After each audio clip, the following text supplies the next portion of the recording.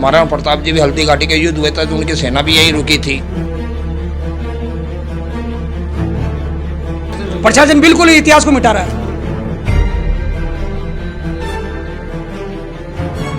इसका बेदहाल है और आने वाले टाइम में विलोप हो जाएगी और जो राजा महाराजा जो इतिहास बना के गए वो भी इतिहास खत्म होने वाले हैं। पानी तो अंदर कुदरती कुएं में है, कुएं से पानी जोन हो रखा है एक दूसरे। अंदर भी शिव जी के मंदिर भी हैं, हम भी देख के आए चरखी की डोर ले जाके। चरखी खत्म हो गई लेकिन रास्ता खत्म नहीं हुआ।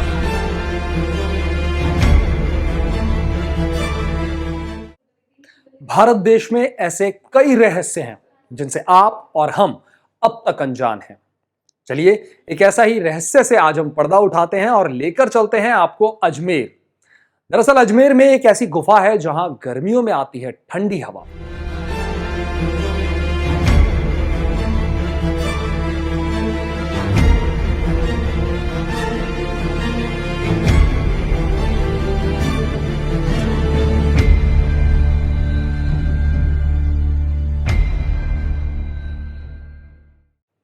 पृथ्वीराज चौहान की सेना इस गुफा में विश्राम करती थी।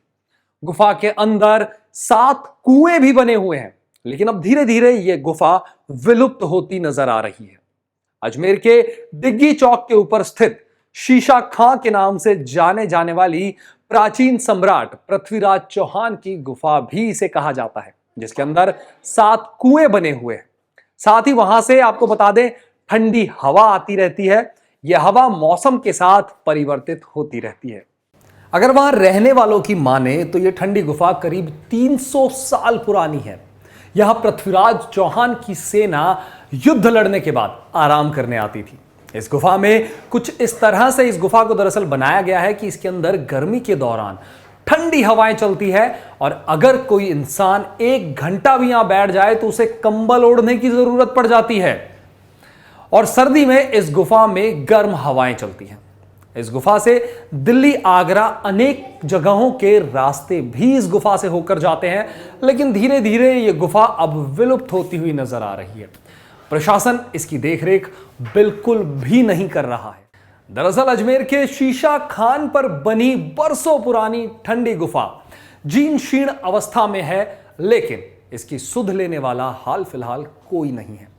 क्षेत्रवासियों ने जिला प्रशासन से मांग की है कि शीश खां की इस गुफा को स्मार्ट सिटी के तहत फिर से विकसित किया जाए, क्योंकि पहले यहां पर लोग घूमने और सैर सपाटे के लिए आते थे, लेकिन अब इसकी हालात काफी खस्ता हो चुकी है और ये खंडर में तब्दील हो चुकी है। इसके साथ ही गुफा के मेन गेट पर यानी मुख्य द्वार पर कचरे का ढेर लगा हुआ है। क्षेत्रवासियों का कहना है कि जिला प्रशासन को चाहिए कि स्मार्ट सिटी के तहत इस गुफा का जीर्णोद्धार करवाया जाए। ये गुफाएं शीशा खान के नाम से जानी जाती है। महाराणा प्रताप जी और अपने पृथ्वीराज चौहान जी की भी सेना इसमें रहती थी।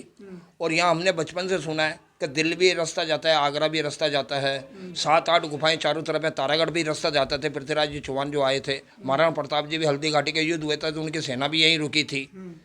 और काफ़ी सारी ठंडक रहती है, गर्मी हो या सर्दी हो, सब जगह गर्मी हवा भी आती है सर्दी में।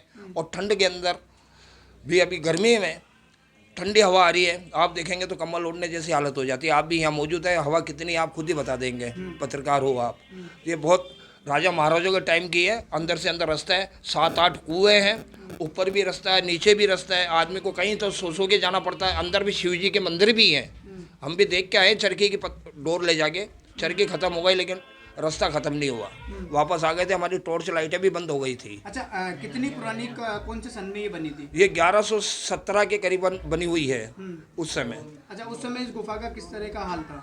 उस समय तो साहब पूछो मत, यहाँ तो इतना खूबसूरत थी। आज ये हाल देख लो, यहाँ आदमी आके बैठते थे, पेंटर आते थे अपने दरगाह में, पुष्कर में आने वाले आदमी यहाँ ठंडी हवा खाने आते थे। पहले कहाँ थे कूलर, पंखे, हवा? हम तो कोई हैंडल फैन भी नहीं था उस समय, लाइट भी नहीं थी, तो यहीं से आराम मिलता था। और यहीं की हवा के साथ हवा तो मोहल्ले वासियों को हवा ही मिलती थी। और 2 परकोठे में तो पूरी दुनिया ही थी। अच्छा, गर्मी में ठंडी हवा, सर्दी में किस तरह का हाल होता है? सर्दी में गर्म हवा देता है, ये कुदरती है? कुदरती है। अंदर से अंदर हवा ऑटोमेटिक हो जाती है गर्म। ये गुफाएं जिस हिसाब से हमने यहाँ पे जन्म लिया उस हिसाब से बचपन से देखते आ रहे हैं।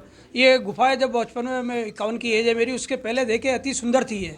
और यहाँ पे जब दिन में आदमी जब गर्मी में सोने के लिए आते थे तो एक होड़ावट मस्ती थी कि यार ठंडक में अपन जगह रोक लें, कि अपन पहले पंखे नहीं थे और ना कोई साधन कूलर थे, तो आदमी दिन भर यहीं, जो आदमी घरों पे रहते विश्राम यहीं करते थे। और जो बाहर से जो आते थे पर्यटक वो भी देखने के लिए आते थे इसको। अब इसकी दूसरा ऐसी हो गई, ना प्रशासन देखने वाला है, ना स्मार्ट सिटी का कोई देखने वाला है। इसका बेदहाल है और आने वाले टाइम में विलोप हो जाएगी। और जो राजा महाराजा जो इतिहास बना के गए वो भी इतिहास खत्म होने वाले हैं। अच्छा, इतिहास को मिटा रहे हैं प्रशासन बिल्कुल इतिहास को मिटा रहा है। ये एक अच्छा पर्यटक स्थल भी बन सकता है यदि इसका ढंग से देख रेख करे। ये अगर सरकार चाहे पर्यटन स्थल बढ़िया और अच्छा बन सकता है और इसका शुल्क लगा के भी आदमी इसको, सरकार इससे वसूली कर सकती है। और आने वाले टाइम में जैसे अगर इस पर ध्यान नहीं दी तो अभी तो ये आधे कचरा भरा, धीरे धीरे ये गुफा ही बंद हो जाएगी। तो इसका ना कोई ये शीशा खान कहलाएगा, ना पृथ्वीराज चौहान की गुफा कहलाएगी, विलोप हो जाएगी बिल्कुल ही। क्या मांग रखते हैं आप लोग? मैं इसको कहता हूँ अति सुंदर और बढ़िया बननी चाहिए। हमारे सम्राट अजमेर की निशानी थी पृथ्वीराज चौहान जी की, और यहाँ के बहुबोली थे, वो अजमेर के राजा थे। उस हिसाब से ये गुफा भी उनकी जैसे अति सुंदर और बढ़िया बने। और जो भी अजमेर में रहने वाला गर्व करे कि अजमेर में कोई राजा और महाराजा रहता था, पृथ्वीराज चौहान सम्राट थे यहाँ के, और उसी सम्राट के हिसाब से ये गुफा बने। तो इसको अजमेर शहर में जो भी जायरीन आए वो देखने के लिए आवे, भले ब्रह्मा जी के मंदिर हो या दरगाह हो, अति सुंदर और बढ़िया बननी चाहिए।